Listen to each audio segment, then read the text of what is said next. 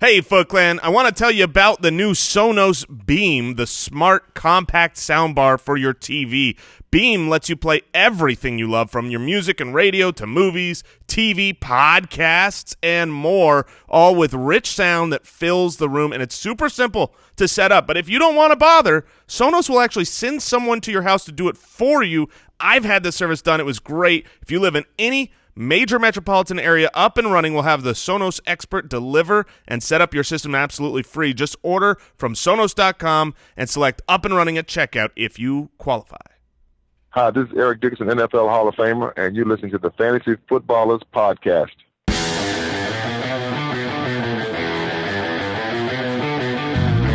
Welcome to the Fantasy Footballers Podcast, coming to you from Draft.com Studios with your hosts, Andy Holloway, Jason Moore, and Mike Wright.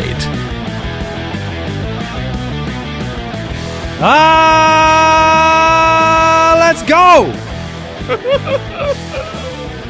How you feeling, boys? Feeling great. Feeling swell. It's going to be a good one. Welcome in, all you football fans, all you fantasy football fiends. It is Wednesday, September 5th, 2018. This is the Fantasy Footballers Podcast, show 600. 600 shows. That's about 590 more than I thought we'd do. Not true. Not true. I knew we had something. I knew we had something when I met you two. Fine gentlemen. Now, show 600, this is, am I correct, the first official in-season podcast for 2018. This is like, we're talking about a week one matchup today. Yes, we are. A real one. We are. Fantastic. We have the return of Pump the Brakes on today's show. We've got some mailbag. We have the Thursday night preview, the Eagles, the Falcons. And a reminder, like Jason said, we're kicking it off. The NFL season is here. This show's all about getting you a title, winning your league, having fun while you do it. We try to be entertaining. We try to be accurate. We try to bring you insight that you'll get nowhere else. And I'm excited for another season. Tomorrow on the Thursday show, we'll have the fantasy forecast, the first half of the games. We'll have starts of the week. We'll have Jason's boom, boom. Kicker back again. So much research involved. You in the lab? Oh, I'm in the lab. I'm literally That's doing where those you science study experiments where kickers. I'm kicking the ball and I'm trying over here from the left, from the right, looking Sports at science stuff. Sports science Yeah. stuff. That's right. And then I bring in Justin Tucker and I'm like, all right, you try. Yeah. Well, look, you don't make a boom boom picker with that. You're a boom boom picker. Mm-hmm. Friday, we'll have Foot Clan Friday, in or out. We'll talk through the injuries. We'll preview the rest of the games. We'll have Daily Dose. It's going to be jam-packed. It's going to be fun, and you're going to win this week. I can feel it. And I'm talking to myself because I'm playing Jason in our League of Record. I feel a little bit of there's some Stuart Smalley action happening over there. I'm good enough. So I'm smart enough. Yeah, that's My right. team is good, dang it. Jason's team is outstanding in that league. It's unbelievable. In 25 minutes, our waivers will process for that league. And something will happen that will affect who I play against Jason. And so if you remember later in the show, ask me about it. I sure will. I'm pretty confident I know what it is. Okay. Why don't you write it down, Mike? Heading to the waiver wire. Mike, write it down, and then later, when it happens, I'll check the tape. We'll see what happens. It's written down. All right. Follow us on Twitter at the FF Ballers. About to get into Pump the Brakes. You can visit us on the website, thefantasyfootballers.com. There is an exciting new tool available on the website this year. Very, very cool. It is a start-sit tool. So we've got our rankings for week one up there. We'll continue to tweak them moment by moment. Made some changes this morning. We're going to talk about Lev Bell again, but it was based on Lev Bell, James Conner, some of those changes. But you can use the start-sit tool now. And you can compare players cross-positionally, click a button, see where we rank them. It's as simple as that. People have been loving it. You can go for the Foot Clan out there up to 4 different players cross-positionally. It is a very helpful, awesome tool. Feedback has been great. Hope you love it. Most popular searches right now, Marshawn Lynch or Rex Burkhead for week one. Deion Lewis or Rex Burkhead for week one. Jamal Williams or Rex Burkhead for week one. Rex Burkhead dominating the popular searches. People don't know what to do. He's about to dominate this next segment. Let's get back into it. O'Reilly. Auto parts. Ow! Oh, it's back. Let's pump them brakes, y'all. It is this week's edition of... Did you hit him with a y'all? Well, I sure did. What is... What? Y'all. All right. Pump the Brakes is back. What is Pump the Brakes, Mike? Pump the Brakes is where we take a look at a player who you are considering starting in your fantasy lineups this particular weekend. It could be anything from a superstar to a hot waiver wire pickup. And we will talk about, are we full-on benching this player? Maybe we're just adjusting our expectations for this player. So I'll kick it off because I alluded to it. A lot of people wanting to know whether they can confidently start Rex Burkhead. Those three players mentioned, Marshawn Lynch, Deion Lewis, Jamal Williams, I would start them all over Rex Burkhead. I did move Rex Burkhead down earlier today, and here's why. He's my Pump the Brakes for week one, and I know that there's a lot of excitement and hype around Rex Burkhead. I look at Pump the Brakes, I look at who I want to start, and I look at risk. And I see some things jumping out at me about Rex Burkhead in week one. I don't think that there is a road to a very strong week one performance for Rex Burkhead. He dealt last year with a couple of major injuries, the rib contusion and a knee strain. They kept him out he missed 6 games last season. Yes. Already in the preseason, he's dealing with a knee sprain. One of the concerns, one of the risk factors that I have about Rex Burkhead is the same one I would give to anybody with a lower body injury in camp. You run the risk of not necessarily re-injuring that specific thing, but any sort of injury. We saw, now the extreme is Jerick McKinnon, right? You had the calf strain. You come out, your body, it's just natural. You compensate for that injury. You put more pressure on other parts of your body, and he is not held up in the past. I don't think the Patriots are going to push him too hard in week one when they're going to want to rely on him during the year. If you listen to their running backs coach, as of yesterday, it's, I hope he plays on Sunday. I hope so.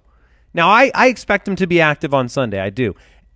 The release of Brandon Bolden tells me that they're confident enough in Jeremy Hill to fill a role there. We all believe, yesterday we talked about it, James White is going to fill a role there. There are a lot of options in that backfield, and Sony Michel could still be active on game day as well.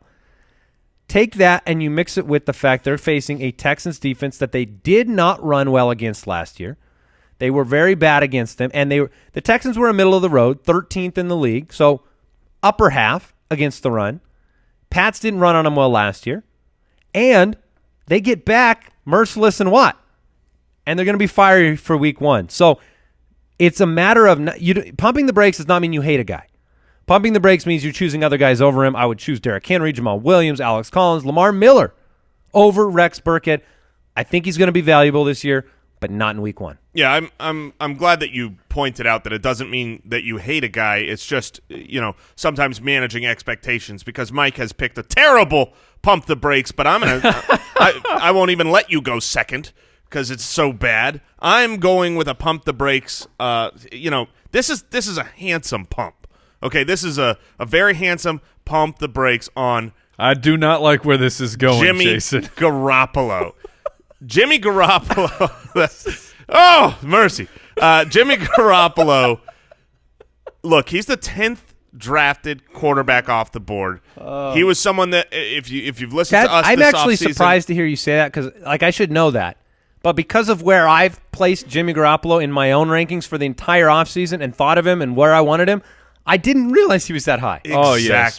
People are very excited for the handsome. Well, it's the breakout. It's the next Tom Brady, trained behind Tom Brady. But we've got a very small sample size. This is why this offseason you need to pump the brakes. This is why we've been down on him a little bit, is because look, he's not just given the reins to succeed, but now take that out and say, okay, well, I like Jimmy G. I drafted Jimmy G. He's on my roster. I did grab him as the 10th quarterback off the board. Dude, you're going on the road to Minnesota for their home opener. Yeah. And that's not a good matchup. That's not going to be easy sledding. And there are so many guys on the waivers right now that I would pick up, drop fodder if you can't If you can't get rid of Jimmy G, he's just too handsome, and you've got some wide receiver sitting there on your, you have Philip Dorsett on the roster. Drop him and pick up someone else. Here's a list of guys that I would start this week over Jimmy Garoppolo in order: Andy Dalton, Tyrod Taylor, Marcus Mariota, Sam Bradford, Dak Prescott, Alex Smith, and Blake Bortles. I promise one of those are available in your league. I would personally start every single one of those guys over Jimmy G on the road in Minnesota to start the season off. Can I have a follow-up there for both of you guys? All right. It's hard to let a guy like Jimmy Garoppolo go week 1, though. Are you saying no? He's not saying to drop Jimmy Garoppolo. Okay, I missed that part. I would personally, if this was my team, I would have no problem dropping Jimmy Garoppolo because Would you just re-sign him? Yeah, maybe I'd re-sign him, and if someone else signs him, I'd sign a different quarterback. I would not. You feel the same about Patrick Mahomes? Yeah, exactly.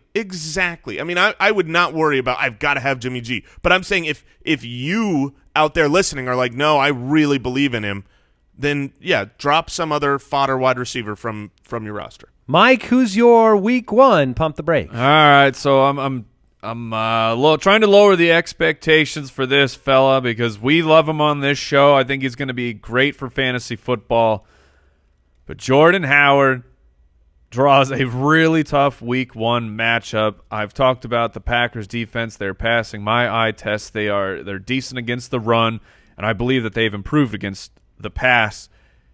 It's in Lambeau. You are opening up against Mr. Millionaire up there, Aaron Rodgers, and the Packers are heavy, heavy favorites. I know we're all very excited for Jordan Howard to show us his stuff on third down, catching 300 passes off the jugs after every single practice, but the game script is not going to be in the favor of Jordan Howard being able to hit that 20 carry mark in this particular matchup.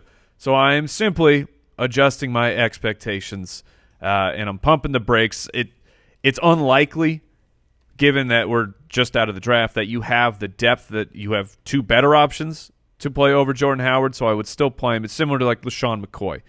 I'm lowering my expectations. I'm still going to play them, but perhaps I make adjustments with the rest of my roster because I'm expecting a lower total output from these guys. So would that mean in your flex, if you've got Jordan Howard, that you would go safer or you would go higher ceiling? I would go ceiling. Gotcha. Huh. Yeah, look, this happens every year. The biggest overreactions fantasy football owners are going to make are going to be after week 1. Yes. You've put months and months of effort and work and draft thoughts and process and predictions together, and you want to see them all come to fruition immediately, right? And they won't. They won't. And don't overreact. You do not win your championship at the draft. We've said it all offseason. That's where you build the foundation. Make sure you keep pressing on through week 1, week 2, all the way to week 16. None of that week 17 nonsense. I'll tell you who's going to be on my week 1 trade targets. Jordan Howard. Yeah. Well, and maybe Rex Burkhead. Sure. I know you believe more that he's going to have a good week. You brought up last year's Houston game. You know why they didn't run very well against the Texans? Because he wasn't active. Because Rex Burkhead didn't play. Good reasoning. And here's the thing. He's a beast. Rex Burkhead, look, the same hype existed for him last year, Mike, in week 1. And he came out there with that first snap of the game. No, to be fair, the hype was Gillislee. He poofed. By then. He poofed. He disappeared. He got a boo-boo. Yeah, he gets boo-boos. That's the problem. That is the problem. Those were the Pump the Brakes with O'Reilly Auto Parts. Better parts, better prices. Every day, once a week, we'll bring you Pump the Brakes. 3 players that we are saying, whoa, horsey. Whoa. As Jason would say, hold on there, partner. Hold on there, partner. Let's get into the news. News and notes from around the league. To piggyback on the Rex Burkhead first snap start last year, we are going to talk through some depth chart news on the news today, and that is one of the things that I think people need to recognize and understand is, yes, if the 49ers choose to start Matt Breida, that doesn't mean Matt Breida gets the most snaps. That doesn't mean he gets the most carries or anything. There are certain offenses where someone like Kyle Shanahan or someone like Adam Gase in Miami, who, by the way, is a butthole. Wow. Whoa. Tell us what you really think. How do you feel? Is that because he put Kenyon Drake or Frank Gore on the depth chart? It's freaking nonsense. But here's what my point is. Before we get into those very fire. Strong analysis. It's very upsetting to me that you are a head coach in the NFL. There are 32 people in the known universe that have a job like this, and you're like, well, I'm not picking one. Well, how many? Or you're like your better running back is Kenyon Drake. Give him the push. Give him the support. You're the starting running back. You want to give Gore carries? Fine. Just don't be a butthole. Oh, my goodness. How many coaches in the unknown universe, though, Mike? Well, because you said there were 32 in the known. It's fair. Could be hundreds. If you want me to dive into string theory and alternate dimensions, we can have that conversation. So my point is this. Which means that somewhere there's an Adam Gase who is not a butthole. This is part of Congratulations. You're on your game today, Mike. My point is if Kyle Shanahan wants to start the game with a passing play, he might start the game with Matt Breida or Kyle Juszczyk on the field. If he wants to start with a running play, he might start with Alfred Morris on the field. If the Dolphins want to start with a passing play, it might be Kenyon Drake. There are backfields in which who's out there for snap one. Don't get too excited. Right. If you did it last year with Rex Burkhead, you were disappointed pretty quickly. Yes, you were. Because Mike Gillislee found the field, and it was James White as well. Let's start, though, with the big news that needs more analysis. I put a note in here, guys. Lev Bell, gulpopotamus. Yeah, it's not good. I moved Lev Bell out of my top 50 for this week.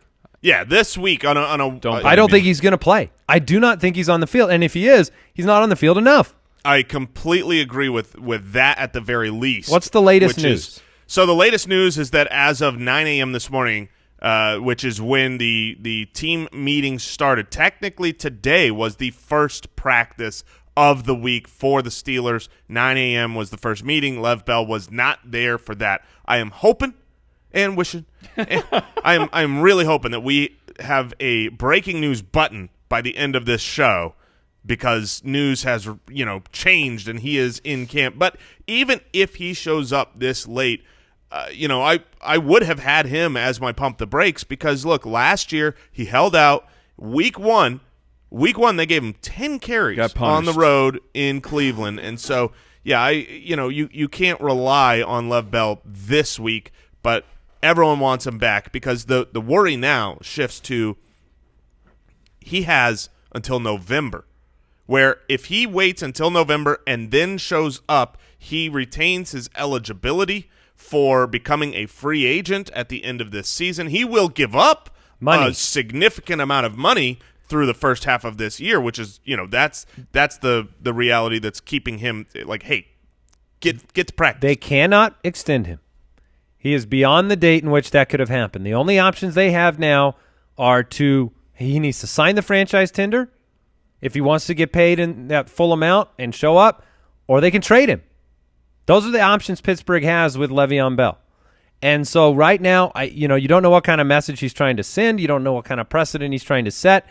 There are a lot of opinions about Le'Veon Bell all across the board. He's 26 years old. He's going to get one more contract. He watches Todd Gurley go get paid, and it's too late for that. So now it's what are you going to do with your future? James Conner, Mike. How high are you going to rank James Conner this week? Where is he right now? Because I'm sure you're not counting on Lev Bell. I haven't made the adjustments. I was going off of the comments. I believe it was Pouncey. Yes, Pouncey said. Yesterday, Pouncey had said, I expect Le'Veon Bell to show up on Wednesday. And if he had showed up today, then it would have, I believe it still would have been Le'Veon Bell starting week one. Now that we are at Wednesday and he's not there, I'm on the side of Le'Veon Bell's not going to play. Mike Tomlin's going to bench him for week one even if he returns this week. And then James Conner will be a top 12 running back for me against the Cleveland Browns. There was the quote of trying to get some information from Mike Tomlin saying, are you concerned with your running back room? He said, nope. And they said, why? He said, James. And James Conner has looked freaking great through this preseason. At what point do you start to applaud the fab spend when you saw some of these leagues people go out and grab James Conner?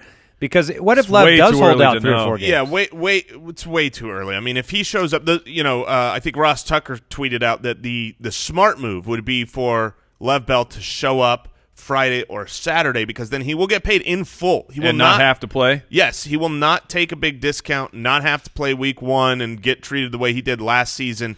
So if that happens, then, huge money for a 1-week starter is probably not a good deal.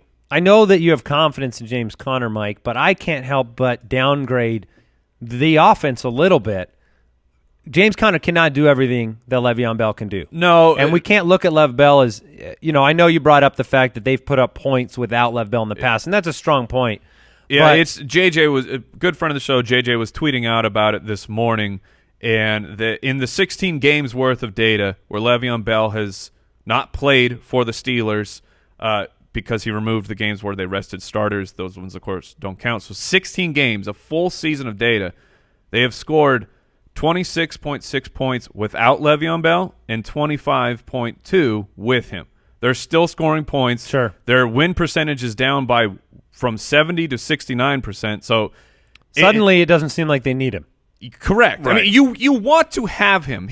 I'm not saying the team is they don't want to have him on the team. He definitely helps. He makes things easier. But, I mean, the numbers are the numbers. They win the same amount of games. They score the same amount of points. So I'm still in. I think the realistic question with Conner and Big Ben is trying to compare. If you're looking at those numbers, it's trying to compare James Conner to D'Angelo Williams. D'Angelo Williams, was a first-round talent. D'Angelo Williams was old. D'Angelo Williams was old, busted, was cut by his team, barely found a job. He was cut due to money reasons, but I mean, the point is, and 30s. The point is, it wasn't just the next guy came in and he was a nobody. D'Angelo Williams is a good player.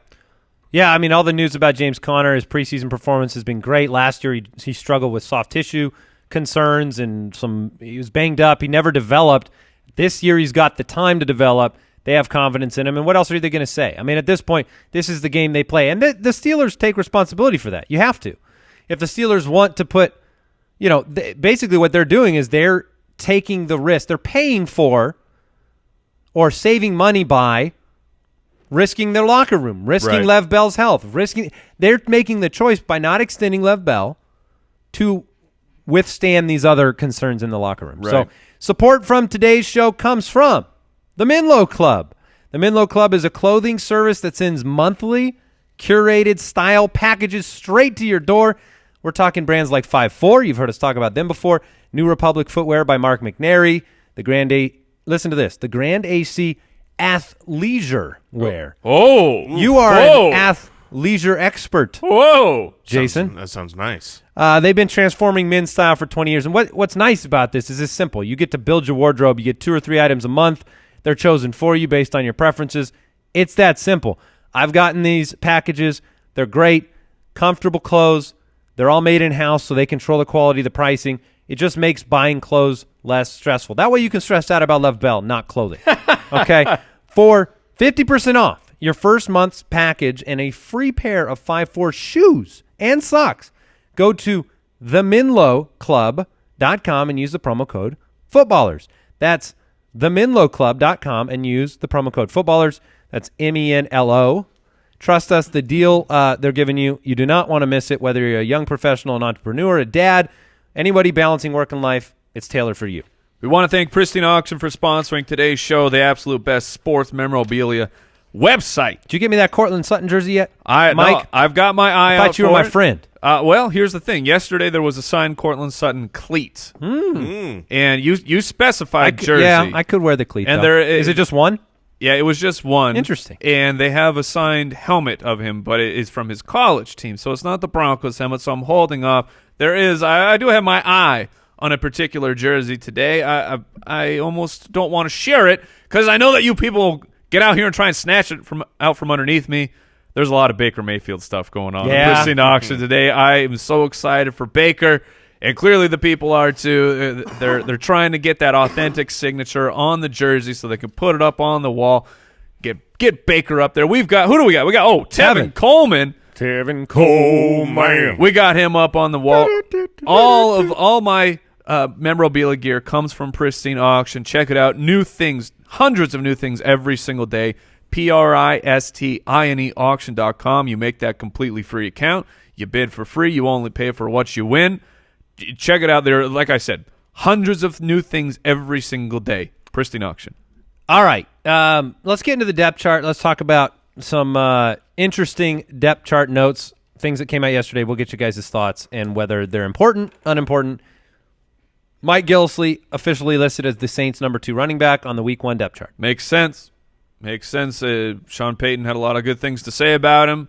I believe that Kamara will see an uptick of volume compared to what he was getting with Ingram, but I also do believe Gillislee will be involved in this offense. Yeah, we've never seen the Sean Payton Saints use a true dominant workhorse. They always have 2 or 3 running backs involved, and so why they would shift from that now after signing Gillislee wouldn't make a lot of sense. Kamara's high in carries per game was he had 12 carries 3 times.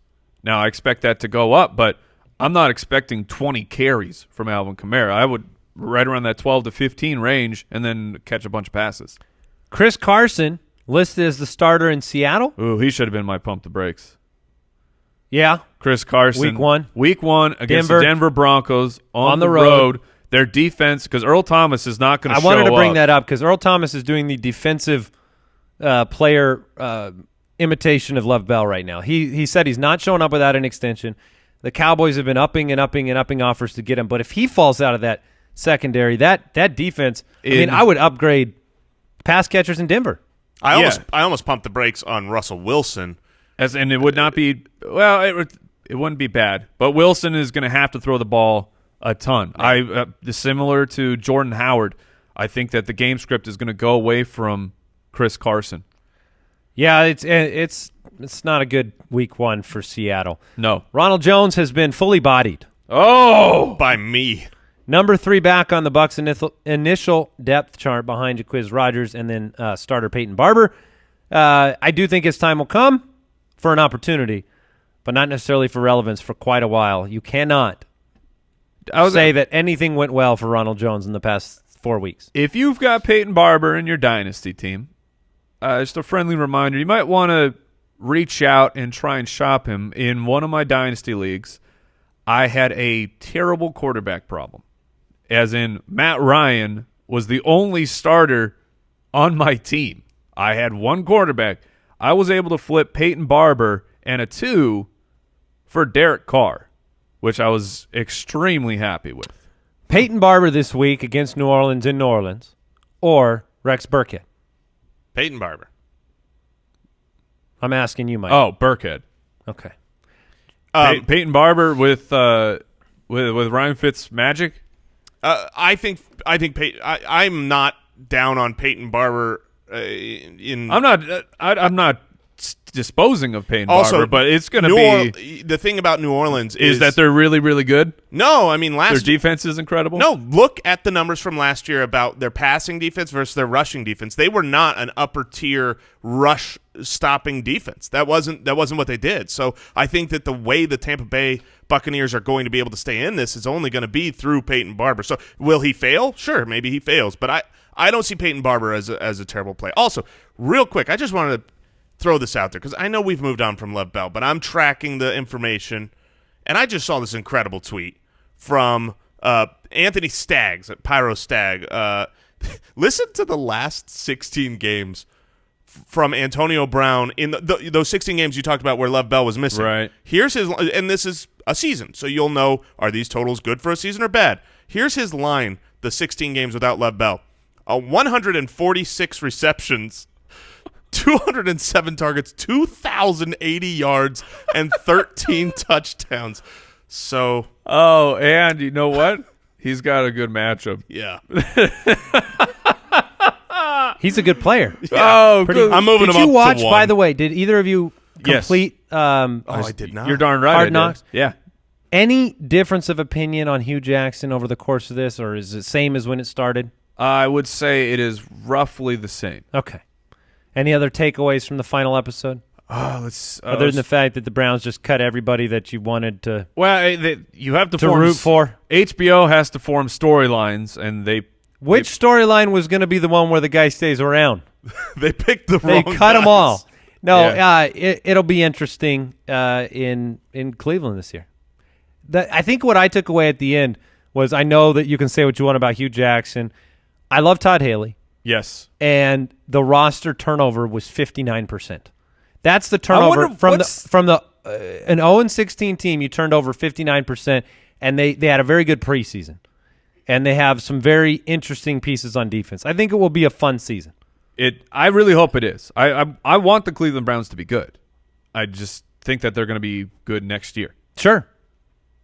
Yeah, you can't help but think that Todd Haley and Williams are both looking at that head coaching opportunity. Oh, my big— When they took their coordinator jobs, they're going, this is just a stone's throw from being a head coach. A takeaway from Hard Knocks is Greg Williams is the worst. You still greatly dislike him. What? Bountygate cannot be forgotten, people. All right, Mike, the time has come. The waiver wire has run in our league of record, and you wrote something down. What did you write down? Tyrod Taylor. You are correct. Yeah! I have acquired, and I am starting Tyrod Taylor. Good luck. Thank you. He's a pretty good play this week. I don't hate it. Yeah, but I'm playing him over Big Ben. I would not do that. Did you hear those Antonio Brown numbers? I did hear those numbers. You got regrets? No. Nope. You got to call your shot early in the season about defensive Monday morning regrets. We'll find out. There'll be very public regrets. That's the fun thing about having a show like this is I get to be very publicly right or very publicly wrong. I will say this. Tyrod is a good play, but based on what he just said, I'm very happy that he's playing Tyrod Taylor against me. It's not going to matter. My team's going to put up 200 points and win no matter what you do. I wish you were wrong, but you're not. Your team's really good. Let's get into the ors. Why? Sometimes people listen to the show and they say, am I going to listen to Jason or am I going to listen to Mike? We'll just do both, just like the Buccaneers and Dolphins have chosen to do. Chris Godwin or Deshaun Jackson were listed as the starter across Mike Evans. And then Kenyon Drake or Frank Gore listed as the starter at the running back position. So why do and when you can do or? I don't think these guys understand what the word starter means. It's like saying, who's the best? Yeah, like I get into this with the wife where we talk about, okay, well, who's your best friend? Well, this person and this person.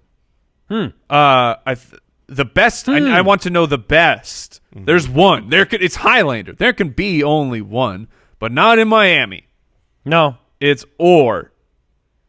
There you go. They're gonna need some oars to row their lifeboat. Well, it's into not the draft. Oh man, well done. Into the draft. It's not an or in Arizona. Between who's the second wide receiver is. It's not Christian Kirk or Chad Williams. Chad Williams listed as the second wide receiver on the depth chart. Yeah, it's an or for me, though. Chad Williams, they've come out and publicly said it's going to be a rotation between Chad Williams, Christian Kirk, J.J. Nelson for that second role. This is one of the depth chart things that I actually don't read too much into. And this is a person who I have Chad Williams on dynasty teams. I'd love him to become something great.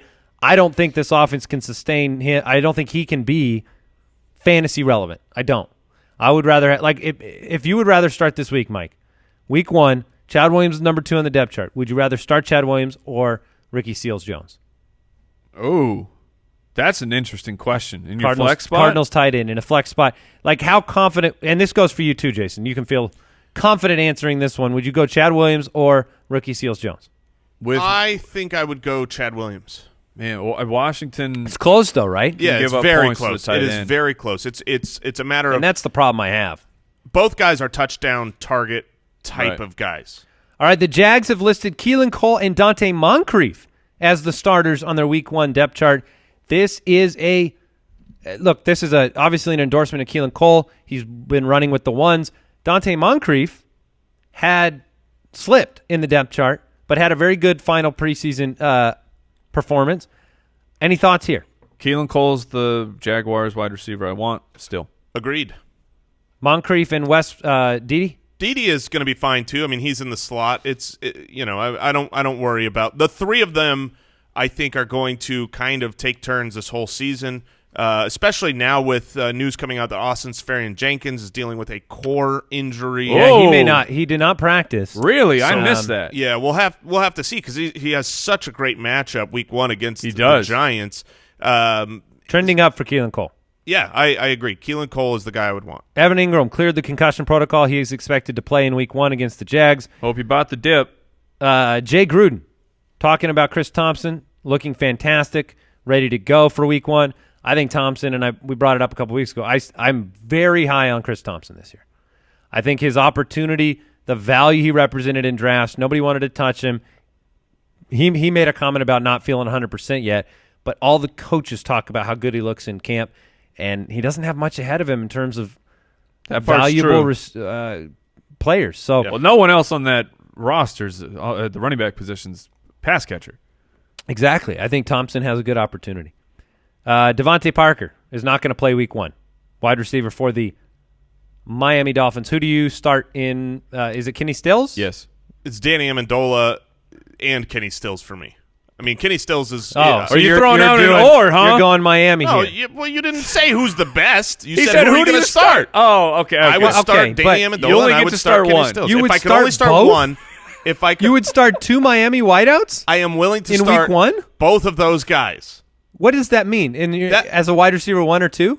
No, I mean this is pretty simple, right? I'm saying that both of those guys are startable players in fantasy football for week 1. Now, if I were to rank them, I would have Kenny Stills ahead of Danny Amendola. There we go. We got there.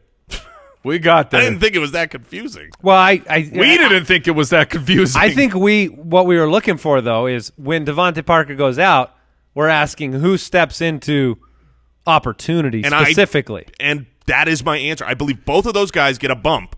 I mean, it's not going to be all of the targets that were going to go to Parker go to one guy. Kenny Stills or Josh Gordon week 1? Kenny Stills. Oof. Probably Stills. It's hard to start Josh Gordon right now. You just have no idea. No idea. Kenny Stills or Juju Smith-Schuster? Juju. Kenny Stills or Michael Crabtree? Very, very close. That one's tough. It's just a matter of what you believe. Is Crabtree still got it? Does he have it? I think he does, but Alex Collins is one of my favorite plays this week. Danny Amendola or Robert Woods? Amendola. Yeah. Danny Amendola or Jamison Crowder against Arizona? Amendola. Crowder. All right. Without further ado, let's get into the mailbag. Mailbag. Mailbag, go! All right. If you have a question, go to the website, thefantasyfootballers.com. Check out the new Start Sit tool. It's pretty fun. It'll answer a lot of those tough questions. We'll answer a few on the show today. You can dial our voicemail hotline, 302-464-TFFB. Let's jump into a voicemail. Hey, Ballers. This is Bryce from Tennessee. I got a question about Dez Bryant.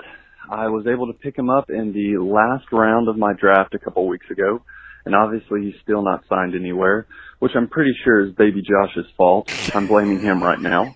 Yes. My question is, what do I do with him? Is it time to go ahead and cut ties since he hasn't signed anywhere, or should I hang on to him for a couple weeks and maybe see what happens?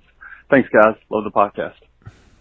I know for me, I would cut him. He's a cut. Yeah, I mean, I'm not holding on. When he signs somewhere, if he signs somewhere, he's coming in with no training camp, no practice, no preseason, and he's not going to just walk into being a wide receiver 1 up. You know, you're holding on to a name here. Yeah. Thinking that when he signs, maybe you'll have a wide receiver that is a clear-cut top 15 guy. And that's not going to happen. When he signs, he's going to be brought along a little slower. He's probably not going to be the definite one without with just no the name. clear. Yeah, it's just a name. I mean, think about it. Are you going to drop Tyler Lockett for Dez Bryant right now? Nope. No way. No. I mean, you get down to that. Are you going to drop Danny Amendola for a shot on? I would drop Dez Bryant and pick up Danny Amendola, no problem. Yeah. So, I mean, that's the thing. And, yes, obviously, most of Dez Bryant's struggles over this offseason can be directly traced back to Baby Josh.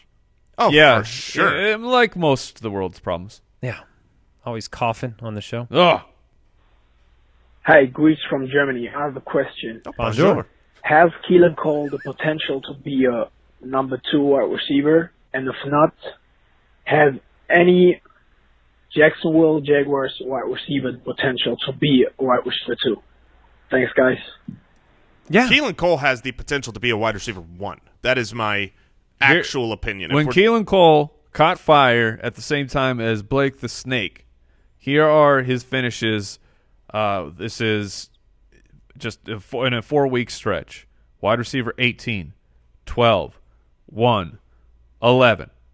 He was a wide receiver 1 3 weeks in a row.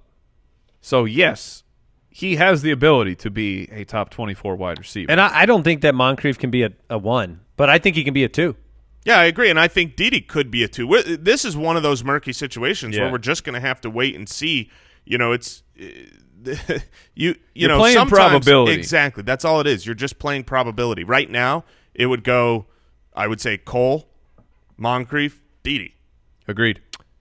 All right, here's a question that came in this morning, directed to me, but I'm asking you guys.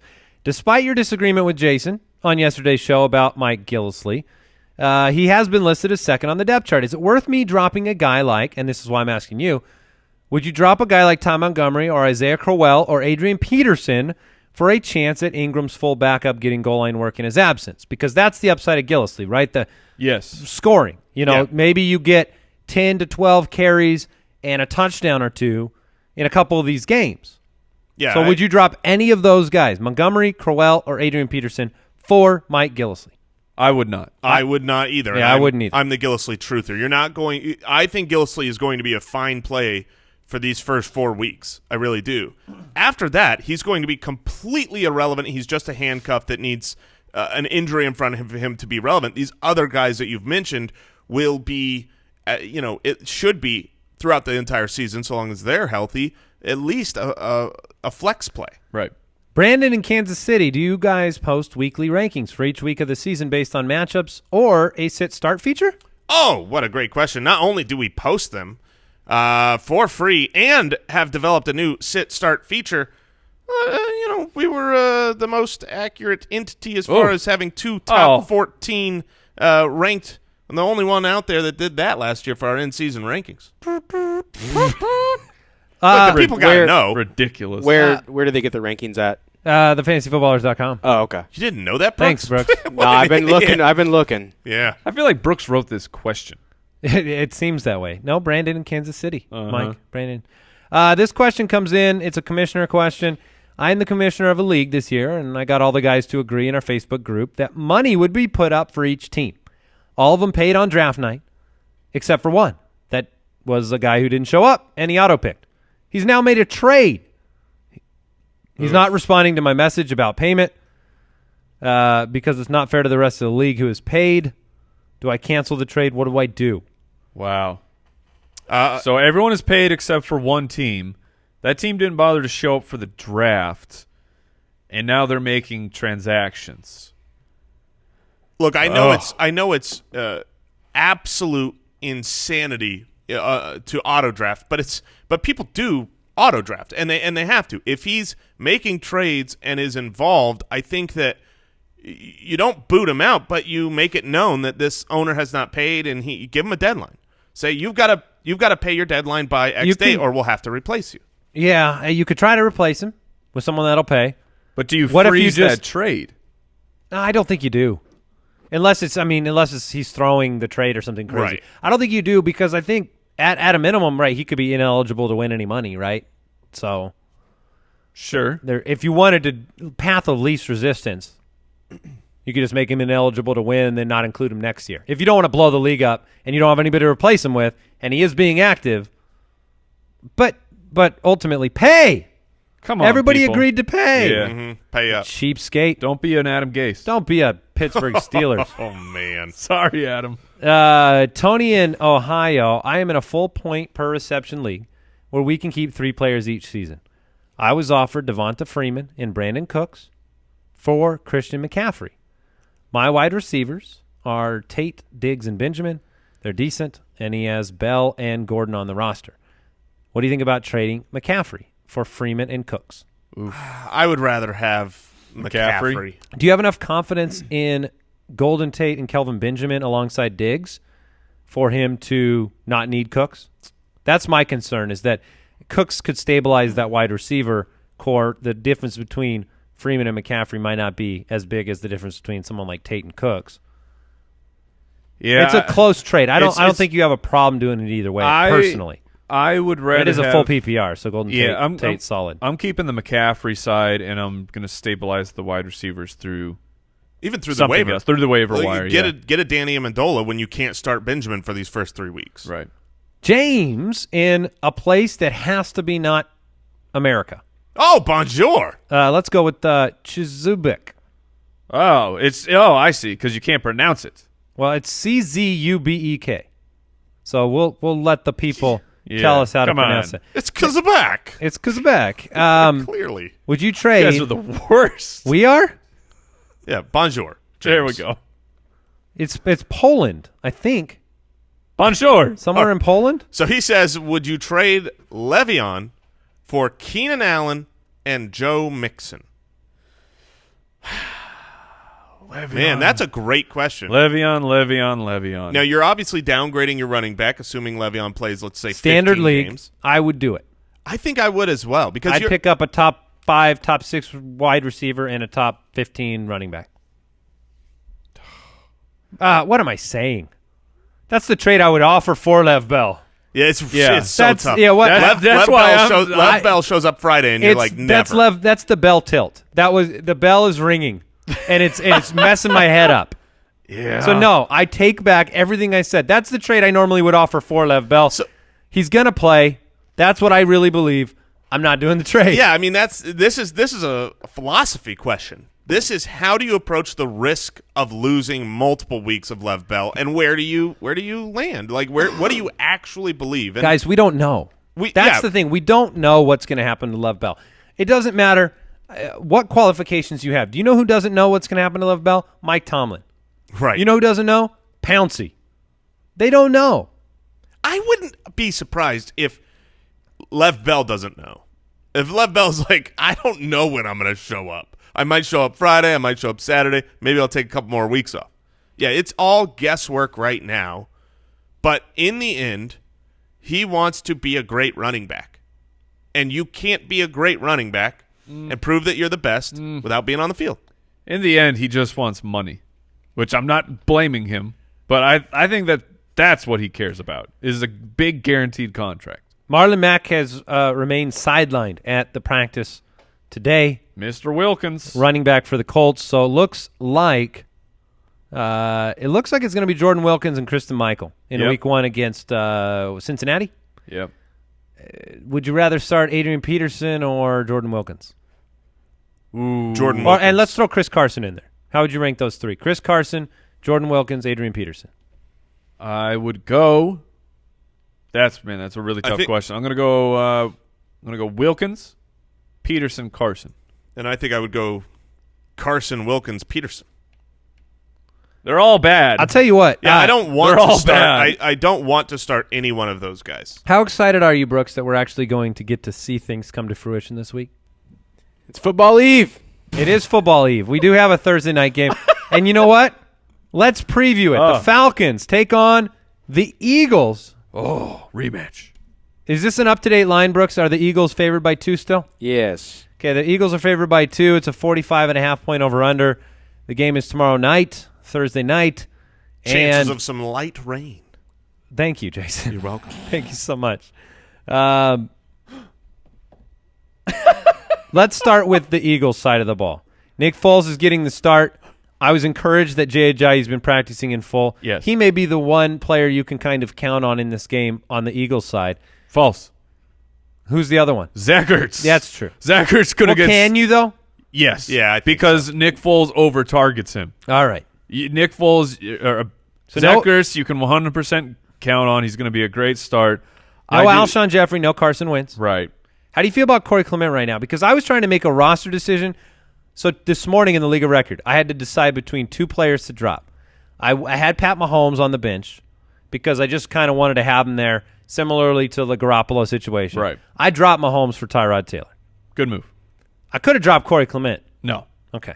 No. So you're not worried about Like, I'm just worried that Clement's not going to have a big enough role in this offense. He certainly may not, but this is not a situation where you want to find out on Sunday watching the game, oh, crap, Corey Clement is heavily involved, and he's the red zone guy. Corey Clement here is, to me, the exact same as Mike Gillislee, except he's been with the team this offseason. He is fair, a chance of that goal line back. He will get some work, but he's not the main guy. He's at home in, without an Ingram coming back. Right. Yeah, I mean, obviously on the season, I'd like Clement more. For this week, the matchup is better for Gillislee over Clement, but I think you can throw him in the flex and hope for that touchdown, hope that he gets a little bit of passing work as well. Like what's your confidence in Jay Ajayi, though? I don't know that we've had much Jay Ajayi talk from Jason. I am 100% fine firing him up. He should be started in most leagues. And here's another thing. We haven't really talked about weekly strategy. Not just the fun, but there is legit strategy to playing guys on a Thursday night game. Now, historically speaking, over the last few years, we've had a lot of pooper Thursday night games once after the NFL opener, because they got plenty of time to prepare for the NFL kickoff. Later, week 2, week 3, week 4, it's a short week, and so you get some down offenses, but you also get to see how your guys did. If you've got 1 or 2 or 3 players in that Thursday night game, now you can make adjustments going, okay, I'm off to a huge lead. I'm going to play the safe guys, or, man, those guys, poop the bed. I really need to swing for the fences here. But Jay Ajayi, to answer your question, Mike, I would be surprised if I'm not starting him. You'd have to have really good running backs on your roster. What about the other side of the ball, Mike? So Matt Ryan, I'm okay playing him. The Eagles' defense, I still don't really want to mess around with them. And then Freeman's a start. Julio Jones, of course, is a start.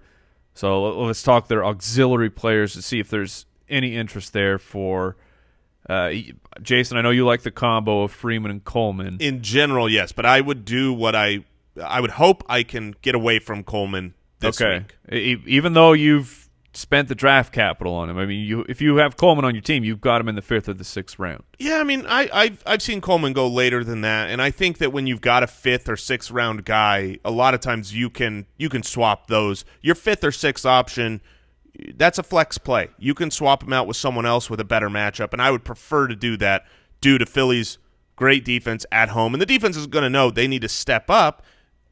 Wentz isn't there. This is a Foles-led team, and I took the under on the points.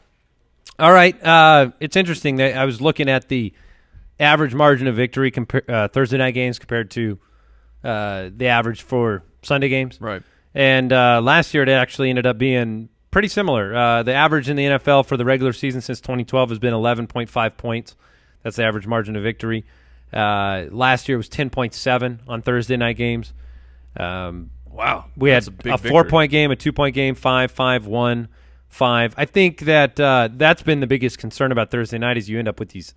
You have had some crazy blowouts on Thursday night games, but it'll be interesting. I'm excited for the season to get started. You can check out all the rankings if you want to compare players, by the way, on thefantasyfootballers.com. Just to close out the matchup, Nelson Aguilar should get a target bump, a perceived target bump, because Alshon Jeffrey is out, and he's the one who really knows the offense. But it's Nick Foles throwing the ball, and right now it looks like it's bad Nick Foles. It's not Super Bowl Foles. So are you comfortable flexing Nelson Aguilar? Yeah, I'm comfortable flexing him. He's not a guy that I think shouldn't be started and you have to bench him, but it's certainly not exciting. Is there any way they can trick Nick Foles into thinking it's the Super Bowl again? Ooh. Well, I don't know how you would go through that. I mean, he did play Atlanta in the conference title game last year and got it done. Yeah, I was going to say that, preseason he didn't show up well. Where he showed up well was the playoffs, the big games, the Super Bowl. And he's a gamer. This is, you're kicking off a season here. They're building a gargantuan stage in Philadelphia to have a rock concert leading up. The city has got to be foaming at the mouth right now waiting for this game. So, if it's a matter of him, getting jacked up for the game, there's going to be no issues there. Well, he in Philly. can't play worse than he played the last game in the preseason. No, so, he can't. He's got some retribution. Setting some standards up. Yeah, certainly. Hey, everybody, want to remind you about the Sonos Beam, the smart compact soundbar for your TV from Sonos. It lets you play everything: music, radio, movies, TVs, podcasts, and more. Fills the room with a very rich sound. It's super easy to set up, but even if you don't want to, Sonos will send someone to do it for you. I used that service. They came. They were very helpful. I loved it. So if you live in a major metropolitan area, Up and Running will have a Sonos expert deliver and set up your system absolutely free. Just order from Sonos.com and select Up and Running at checkout if you qualify. And don't forget to check out draft.com/ballers if you want to jump in, play some draft this week. Thanks for joining us on the podcast.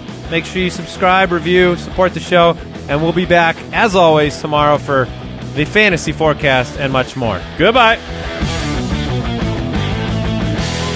Thank you for listening to another episode of the Fantasy Footballers Podcast. Join our fantasy football community on jointhefoot.com and follow us on Twitter @TheFFBallers.